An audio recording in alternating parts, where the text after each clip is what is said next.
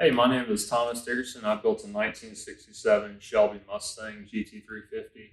I built it here at Athens Technical College, and this is the work that I was able to take to SEMA this year. I got top 40 and top 10 young gun overall at the show. So starting out, I did a small block 289. I used the Ford Performance small block. It's the same one that was in the car. Has fuel injection, serpentine system, aluminum radiator with dual electric fans, rack and pinion steering. Everything up on the front of the car is all modern, LED headlights, electric cooling fans, and then the suspension up front is also cool over 12-inch rotors, 6-piston calipers. So everything's all updated. You can drive this car. You don't have to worry about it breaking down on you anymore. So this is my interior on my car. I did a custom interior. So I took 2017 Mustang seats. I took basically the frame down to bare metal and then built them up from there. And I had an upholstery guy that I used reupholstered them to the design that I had drawn on paper. So he did all the stitching on the front and back seats. I wrapped the door panels with vinyl.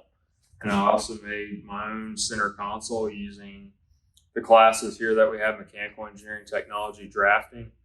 And I designed my whole console on SolidWorks, made all the pieces, and then I had some parts CNC, and then also had some parts that I 3D printed in class. So I did that.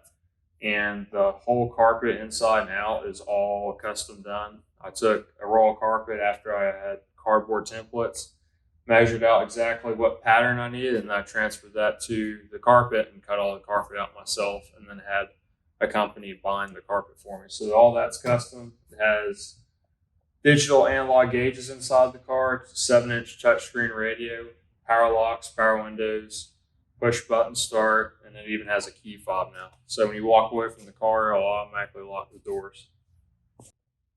So in here I have a digital analog gauge cluster that I had a company design, and I used their gauge system. This is one of the very first cars that uses this new gauge system. It actually has message boards inside the car. It'll tell you your speed, your odometer reading, as well as your time. And if you're doing quarter-mile times or anything like that, it's all custom. You can change the colors on your iPhone. You can even change the needle colors. The whole gauge system is all custom by touching on your iPhone with Bluetooth. It has push-button start. It has electric parking brake. And then over here I have a 7-inch touchscreen radio. So you can do Apple CarPlay, Android Auto. So it's basically an updated version of this car from the 60s. I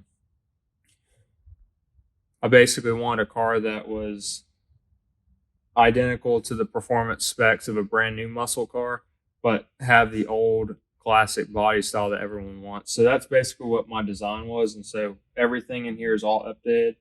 Has AC, push button start, touchscreen radio, and then a modern console with all the modern conveniences of the car, heated and electric seats as well.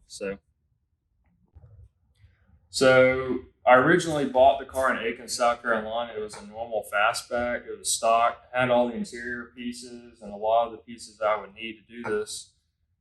You could step through the floor at the time. After sheet metal, 70% of the car is brand new. So every panel on the outside of the car is 100% new. The roof, quarters, firewall, floor, battery apron, most of the panels up here are brand new. This is all fiberglass. Since it's a Shelby, I made a conversion, and so I had to fit fiberglass panels to the car in order to make it work. And so all that had to take a lot of body work to get all these gaps nice and neat. From the factory, they did not have nice gaps, so I spent a minimum of 6 months getting all the gaps within 1/8 of an inch.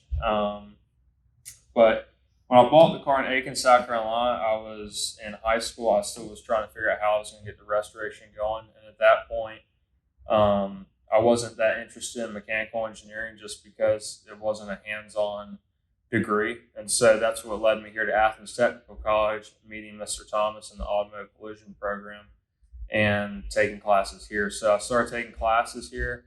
And while that time was going on, I could bring my project in and I was able to work on it in stages. And then after I learned the body work and the painting stage, things really started taking off from there. And so actually, this was the very first car I ever painted.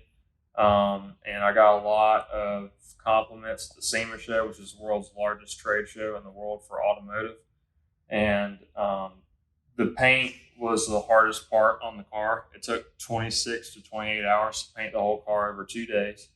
The stripes are painted onto the car as well. So the stripe has 16 different dimensions front to back, which makes it extremely complicated.